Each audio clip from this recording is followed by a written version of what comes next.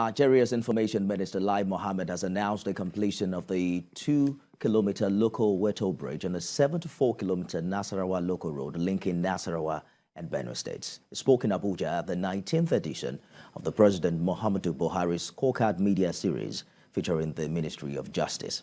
TVC News correspondent Tijesu Adoye has more. Today's Scorecard Media Series focuses on the strides being achieved by the Federal Ministry of Justice and its parastatals under the Buhari administration in the areas of law reforms, administration of justice, anti-corruption efforts, and the promotion of the rule of law.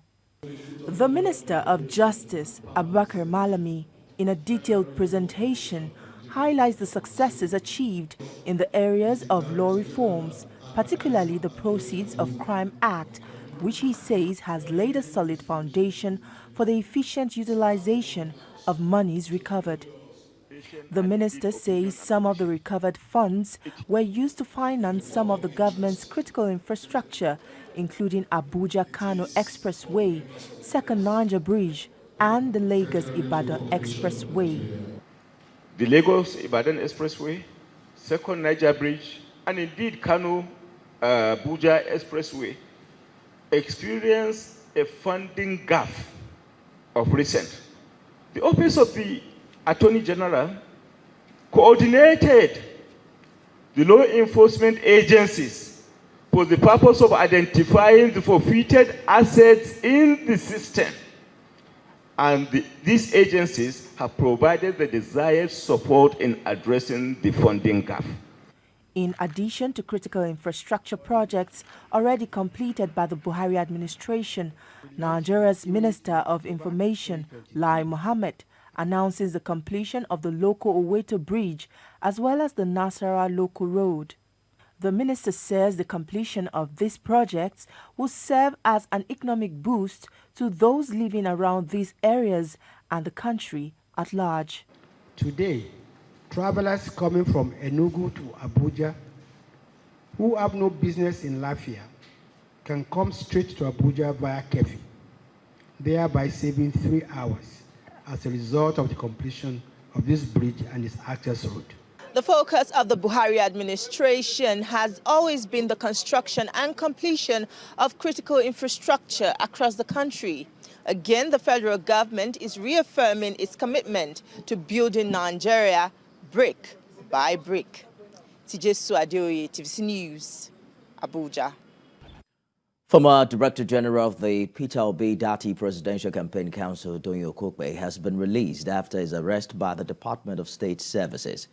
Mr. Okokpe was intercepted this morning by the DSS at Terminal 1 of Murtala Mohammed International Airport, Lagos, on his way to London. While sharing the details of his swift release this afternoon, Mr. Okokpe wrote to the tweet, quote, "I was arrested and detained at the Murtala Mohammed International Airport, Lagos this morning, 12th January, on my way to the United Kingdom for medicals, years after my passport had been withheld by the Federal High Court, Abuja. I just left the EFCC office where senior officers in Lagos and Abuja apologized to me for the error," end quote. The FCC said the DSS acted on the July 2016 watch list request when they made the arrest. Joining us live is Liberus Okshoma, a lawyer, for more on this development. Mr. Okshoma, how convincing is the EFCC's explanation that DSS had acted on a watch list request from 2016, saying how widely reported Mr. Okokpe's payment of the 13 million naira fine was, and the fact that the court released his passport to him thereafter?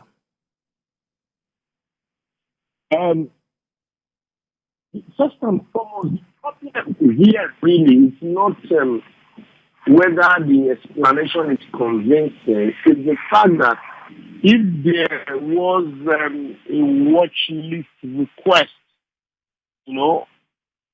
by the EFCC, the moment that order was made and the matter was subsequently, judgment was delivered, EFCC being a party in that matter ought to have corrected that request immediately. Judgment was delivered in the matter at the courts. is not just about Okupe. A lot of people in Nigeria also are facing similar challenges. There are requests for them by the EFCC, and then what do you call it? At the airport, there is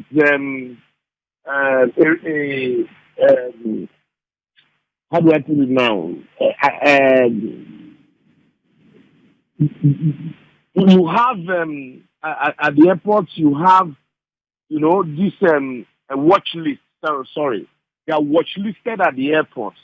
Even after they had appeared before EFCC and matters handled and resolved, the request is still, the watch list request is not corrected. I've had a similar matter with the EFCC during the tenure of Magu. So these are issues that consistently over time affect ordinary people. So the issue of watch list, and in some cases even the issue of wanted list, EFCC or DSS or even the Nigerian police who place somebody on a wanted list, and at the end of the day the person appeared and matters are resolved, judgments are delivered, but that request is not corrected. I think because of the political exposure of Okupe, a lot of people will say, yes, this is a political era. Also, it is also very, convenient for EFCC or DSS to just arrest Okupe and say that he's on a watch list, is wanted. But I think, really, in all honesty, this is their usual practice. They just forget these things there. And at the end of the day, when you're traveling, you are embarrassed like this. So you're saying that this is a systemic error on the part of the AFCC and it has no political coloration? Yes, it's a systemic error. And unfortunately, because it is the era of politics, it is very convenient for us to give it political coloration, considering the fact that, you remember, during the time of Marilyn Onda as spokesperson of EFCC, that's 2015, as the spokesperson of DSS, in 2015, the DSS was almost like an appendage of, or the security arm of the ruling party. They were like a bull in a china shop. So every election like this, a lot of people are wary and suspicious of these security organizations in Nigeria. But I can tell you, this is a big systemic error and it needs to be corrected at every turn. There are some persons now, there are some persons also who had been on watch list, even after reporting to EFCC, the watch list request is still there until they are embarrassed at the airport. So until we begin to pay damages for such error, no matter how minor, we consistently begin to have issues like this. The person is embarrassed, only for him to get to the commission and is apologized to. His passport that has been with them released to him. Well, we'll see. We'll see how all of this play out eventually, Mr. Oshuma. Perhaps if Mr. Okukwe will be willing to press charges against the AFCC. Lawyer Libros Oshuma, thank you for talking to us on the news tonight.